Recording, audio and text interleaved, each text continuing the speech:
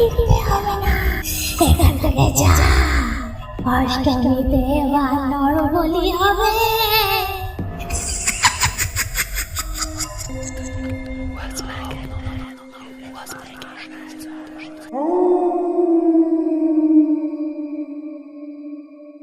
Welcome back. ভূত কথার 51তম এপিসোডে তোমাদের সকলকে স্বাগত। ভূত কথা এখন একটি স্পটিফাই এক্সক্লুসিভ পডকাস্ট। এবার থেকে গল্প নয়, হবে ভৌতিক ঘটনার আড্ডা। আজকের এপিসোডের দুটো ঘটনাই কিন্তু বেশ ভয়ের। প্রথম যে ঘটনাটি তোমরা শুনবে সেই ঘটনাটি স্পেশালি আমার ভীষণ ভালো লেগেছে, কারণ এইরকম ঘটনা ভূত কথায় আগে কখনো শোনানো হয়নি, এবং দ্বিতীয় ঘটনাটিও বেশ ভয়ের একটি ঘটনা। যাই হোক, আর কথা না বাড়িয়ে চলুন আজকের প্রথম ঘটনাটি শোনা যাক। তার আগে বলে রাখি, ভূত কথা কিন্তু এখন স্পটিফাইতেও তোমরা শুনতে পাবে, তাই তোমরা এখনই ডেসক্রিপশনে দেওয়া লিঙ্ক থেকে আমায় ফলো করতে পারো। আজকের প্রথম ঘটনা আমায় পাঠিয়েছেন তনুশ্রী সরকার।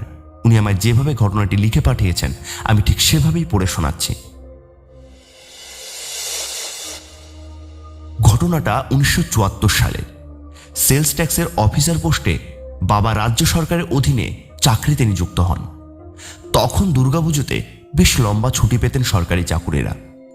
আর আমার বাবা বিভিন্ন অপরিচিত বা স্বল্প পরিচিত স্থানে, বিশেষত প্রাচীন মন্দিরে ঘুরতে খুব ভালোবাসতেন। এমনকি এখনো বাবার এই শখটি প্রচণ্ডভাবে কায়েম আছে। এর সাথে বই পড়া ও বই সংগ্রহ করা বাবার অন্যতম নেশা।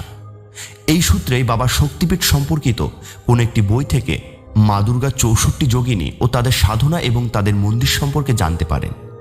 তিনি জানতে পারেন উড়িষ্যায় দুটি যোগিনী মন্দির আছে, একটি ভুবনেশ্বরে এবং অপরটি রানীপুর ঝড়িয়ালে জঙ্গলের মধ্যে অবস্থিত। রানীপুর ঝড়িয়ালের মন্দিরটি বৃহৎ এবং খুব রহস্যময়। তাই প্রথম দুর্গাপুজোর ছুটিতে বাবা রানীপুর ঝড়িয়ালে যাওয়া মনস্থির করেন। বাবার সাথে বাবার বন্ধু গোপাল জেঠু সঙ্গী হন। গোপাল জেঠু ছিলেন বাবার নিজের দাদার মতোই। দুজনে অনেক জায়গায় ঘুরেছেন একসাথে। এই ক্ষেত্রেও তিনি বাবার সঙ্গে ছিলেন। তিনি ছিলেন অত্যন্ত সাহসী এবং বেপরোয়া। বাগবাজারের কোন এক মন্দিরের ঠাকুরমশাইয়ের কাছে গোপাল জেঠু এই যোগিনী মন্দিরের কথা জিজ্ঞেস করলে তিনি বারবার সেখানে যেতে নিষেধ করেন, কারণ তিনি জানান মা দুর্গার এই 64 যোগিনী ও তাদের সাধনা খুব ভয়ঙ্কর। এই বিষয়ে উৎসাহী হয়ে হটকারিতা করা বেশ বিপজ্জনক। কিন্তু এই বিপদের কথা শুনে বাবা ও জেঠুর উৎসাহ আরও বেড়ে যায়, তা বলাই বাহুল্য। এবং তারা যথারীতি তৃতীয়ার দিন দুজনে রওনা হয়। প্রথমে উড়িষ্যার সম্বলপুরের পাইকমল নামক একটি স্থানে যান। সেখানে নৃসিংহনাথ মন্দির দর্শন করেন এবং রাতে ওখানে একটি হোটেলে থাকেন। হোটেলের কেয়ারটেকারকে যোগিনী মন্দির সম্পর্কে জিজ্ঞেস করলে তিনি অদ্ভুতভাবে প্রথমে তাকিয়ে থাকেন, তারপর বলেন যে ওই মন্দির সাধারণ মানুষের জন্য নয়, আর এই দুর্গাপুজোর সময় তো কোনো মতেই ওই মন্দিরে যাওয়া সমীচীন নয়। কিন্তু বাবা ও জেঠু জোর করতে থাকেন একটি গাড়ির ব্যবস্থা করে দেওয়ার জন্য। কিন্তু ওই কেয়ারটেকার কোনো কর্ণপাতই করেন না। এমনকি পরদিন সকালে নৃসিংহ মন্দিরের একজন পুরোহিত আসেন বাবা ও জেঠুর সাথে দেখা করতে, এবং তাদের বারবার সাবধান করেন যে ওই মন্দিরে না যাবার জন্য। এবং তিনি আরও বলেন যে কাছেই পাহাড়ের কাছে হরিশঙ্কর মন্দির আছে, সেখানে হরিহর মূর্তি দর্শন করতে। মন্দির ও বিগ্রহ দুই খুব সুন্দর। এরপর পুরোহিত মশাই বাবার হাতে নৃসিংহদেবের আশীর্বাদক একটি পদ্ম ফুল দেন। বাবা সেখান থেকে হরিহর মন্দিরের উদ্দেশ্যে রওনা হন, কিন্তু তাদের মনোবাসনের কোনো পরিবর্তন হয় না। হরিহর মন্দির দর্শন করে সেখান থেকে ওই দিনই তিতলাগড় চলে যান। সেখানে এক ধর্মশালায় ওঠেন, কিন্তু কোথায় যাবেন সেটা কারোর কাছে প্রকাশ করেন না, কারণ তারা বুঝতে পেরেছিলেন তাদের সবাই বাধা দেবে।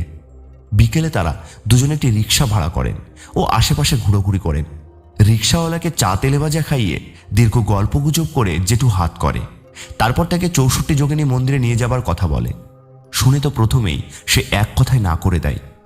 তখন তাকে বেশ কিছু টাকার লোভ দেখানো হয়, কিন্তু সে জানায় এই নবরাত্রির সময় ওই মন্দিরে যোগিনীরা জেগে ওঠেন এবং তারা সাধনা করেন।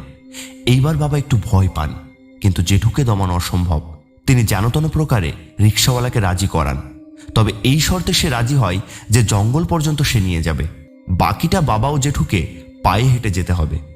সকাল সকাল গিয়ে দুপুরের মধ্যে ফিরতে হবে, আর সে দুপুরবেলা ওই একই স্থানে অপেক্ষা করবে। পরদিন ভোর 6টায় তারা রওনা দেন। মোটামুটি 40 মিনিটের মধ্যে জঙ্গলের রাস্তায় পৌঁছে যান। রিক্সাওয়ালা সেখানে তাদের ছাড়েন ও শেষবারের মতো অনুরোধ করেন ফিরে যেতে, কিন্তু বিফল হয়ে সে চলে যায়। বলে যে ঘন্টা 3 পর সে এইখানে থাকবে। বাবা জেঠু এগিয়ে চলে।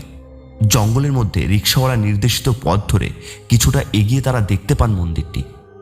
জঙ্গলের মধ্যে অবস্থিত হলেও মন্দিরটির চারপাশে কোনো গাছপালা নেই, একটা পাখির ডাক পর্যন্ত শোনা যায় না। মন্দিরটা যে টিলার উপর ছিল সেটা অনেকটা কাছিমের পিঠের মতো। খুব কষ্ট করে দুজন মন্দির পর্যন্ত পৌঁছায়। এই পর্যন্ত ঠিকই ছিল, কিন্তু মন্দিরের দরজায় পৌঁছে ওদের কেমন অদ্ভুত অনুভূতি হতে শুরু করলো। মনে হচ্ছিল মন্দিরে প্রবেশ করে তারা কোনো অনধিকার কাজ করে ফেলেছে। মন্দিরটা ফাঁকা, মাথায় কোনো ছাদ নেই, গোলাকার মন্দির, পাথরের দেয়ালময় অজস্র কুলুঙ্গি, প্রতিটি কুলুঙ্গিতে এক একজন যোগিনীর মূর্তি, 64টি কুলুঙ্গিতে 64 জন যোগিনী। মন্দিরের ঠিক মাঝে একটা উঁচু বেদি। মন্দিরে কোনো পুরোহিত নেই, কেউ আসে না, কিন্তু গোটা চত্বর জুড়ে যজ্ঞবেদী, আধপোড়া কাঠ, সিঁদুর ইত্যাদি ছড়ানো। মন্দিরের ভিতরের হাওয়া খুব ঠান্ডা এবং ভারী। বাবার মনটা কিরকম একটা করছিল। চারপাশের মূর্তিগুলো যেন রেগে ওদের দিকে তাকিয়ে আছে। জেঠু উঠে মাঝে সেই বেদিটার ওপর বসল। এবার ওদের নাকে ধুনোর গন্ধ আসছিল। গন্ধটা আস্তে আস্তে তীব্র হতে থাকলো। ওদের মাথা ঝিমঝিম করছিল। বাবা কিছু ফটো তুলতে শুরু করলো। চারপাশ দেখে নিয়ে জেঠুকে বলল, দাদা চল বেরিয়ে যাই। জেঠু কোনো উত্তর দেয় না। বাবা ঘুরে দেখে জেঠু মাথা ঝুঁকিয়ে বসে আছে। বাবা আবার ডাকে। এবার কিন্তু জেঠু হঠাৎ করে মেয়েলি গলায় হেসে ওঠে। বাবা চমকে ওঠে। বাবার চোখ বিস্ফারিত হয়ে যায়। হাসতে হাসতে জেঠু বলে ওঠে,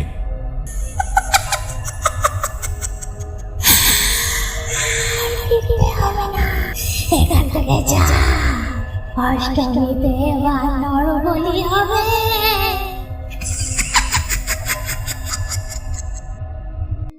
এই কথা বলে মাটিতে গড়াগড়ি দিয়ে হাসতে থাকে। বাবার তো হৃৎপিণ্ড প্রায় মুখ দিয়ে বেরিয়ে আসে আর কি। কথা বলবে কি, বাবার সারা শরীর ঠান্ডা শক্ত হয়ে যায়। নড়তে চড়তে পারে না, শুধু বড় বড় চোখ করে জেঠুকে দেখতে থাকে। আর জেঠুর সে কি হাসি! তার জামা প্যান্ট সিঁদুর ছাই ধুলো মাখামাখি হয়ে যায়।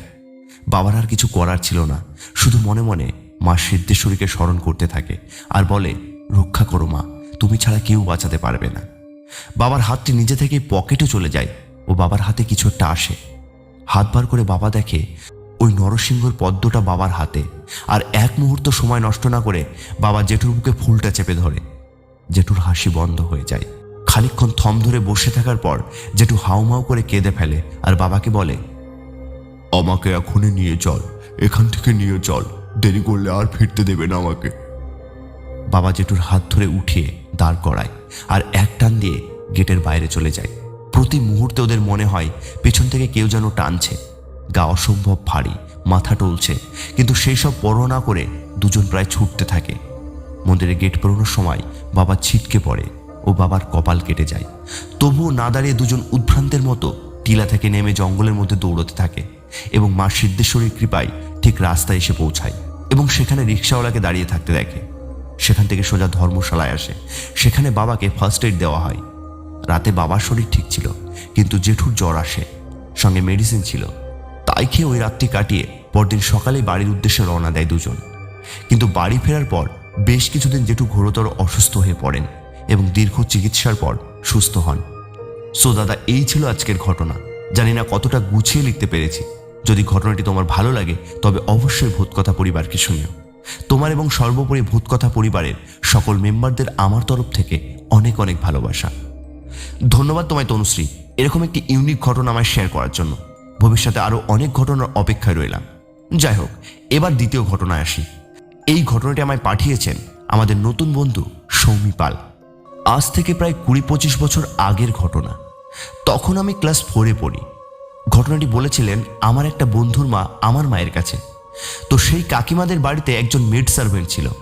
তাদের পাড়ার কোনো একটি মেয়ের সাথে ঘটেছিল বিষয়টি। সেই কাজের মেয়েটি থাকতো দক্ষিণ 24 পরগনার ওই দিকে কোথাও একটা। তো যেই মেয়েটির ঘটনা সেটা ছিল, মেয়েটি প্রেগনেন্ট ছিল। তার বেবি হয়। বেবি হওয়ার পর তার কোনো সেন্স ছিল না। তো সেই বেবিটির আর 5টা বাচ্চার মতো ঠিক স্বাভাবিক ছিল না। ডাক্তার নার্সরা যে বর্ণনা দিয়েছিলেন তা হলো বাচ্চাটির পুরো বডিটা কেমন যেন সাদা ছিল। হাত পাগুলো ঠিক মানুষের বাচ্চার মতো ছিল না, কেমন যেন ঠিক জীবজন্তুদের বাচ্চার পা যেরকম হয় ঠিক সেরকম কিছুটা। মুখটাও কেমন যেন, আর সব থেকে অবাক হওয়ার মতো বিষয় হলো সেটা হলো বাচ্চাটির দুটো নর্মাল যেরকম চোখ হয় সেটার সাথে কপালেও একটি চোখ ছিল।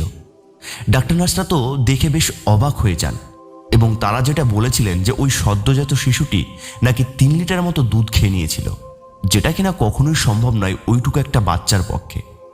আর সেই বাচ্চাটি নাকি একজন নার্সের হাত ধরেছিল, আর হাত ছাড়ানোর পর নাকি নার্সের হাতে পুরো আঙুলের ছাপ বসে গিয়েছিল। এতটাই প্রেসার দিয়ে ধরা হয়েছিল। ওইটুকু শিশুর পক্ষে কখনোই এই হাত ধরা সম্ভব নয়। যদিও মেনে নি ধরেছিল, তাও কখনোই দাগ হয়ে যাওয়া সম্ভব নয়। তো ডাক্তাররা বুঝেছিলেন এটা কোনো সাধারণ বাচ্চা নয়।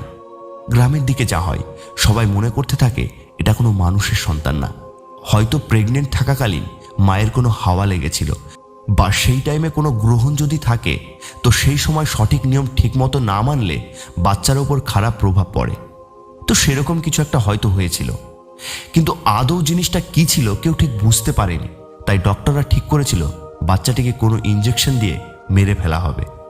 তো মায়ের সেন্স আসার পর সবটা জানানো হয় তাকে। মা আর তাদের পরিবার সবাই বাচ্চাটিকে দেখে, কিন্তু মায়ের মন তখনও মানতে চায় না সেটা। তখন তাকে বোঝানো হয় এটি কোনো সাধারণ স্বাভাবিক বাচ্চা নয়। বাচ্চাটি হয়তো বেশি দিন বাঁচবেও না, আর বাঁচলেও মানুষের অনেক ক্ষতি করবে, কারণ সে হয়তো মানুষই নয়। তো যাই হোক, ডক্টরদের কথা মতো বাচ্চাটিকে ইঞ্জেকশন দিয়ে মেরে ফেলা হয়। আর এই ঘটনাটি যে মিথ্যে নয় তার প্রমাণ আমরা, কারণ সেই সময় বাচ্চাটির ছবি তোলা হয়েছিল এবং সেই কাকিমা আমাদের ছবিটি দেখিয়েছিল। সত্যিই কপালে চোখ, সারা শরীর সাদা, আর কেমন যেন দেখতে ছিল। ছবিটি আমাদের বাড়িতে 2 দিন ছিল। আমরা অনেকজনকে দেখিয়েছিলাম, জানি না কি ছিল সেটা, বাট এরকম দেখা বা শোনা ঘটনা সত্যি প্রথম ছিল আমাদের, আর বেশ অবাক হওয়ার মতো। যাদের সাথে ঘটেছে তাদের পক্ষে তো খুব ভয়ানক ছিল। সো কেমন লাগলো আজকের ঘটনা? ভালো লাগলে লাইক, কমেন্ট ও শেয়ার করে আমার পাশে থেকো। আর হ্যাঁ, ভূত কথাকে অবশ্যই সাবস্ক্রাইব করো। আবার দেখা হচ্ছে পরের এপিসোডে। ততক্ষণ পর্যন্ত খুব ভালো থেকো।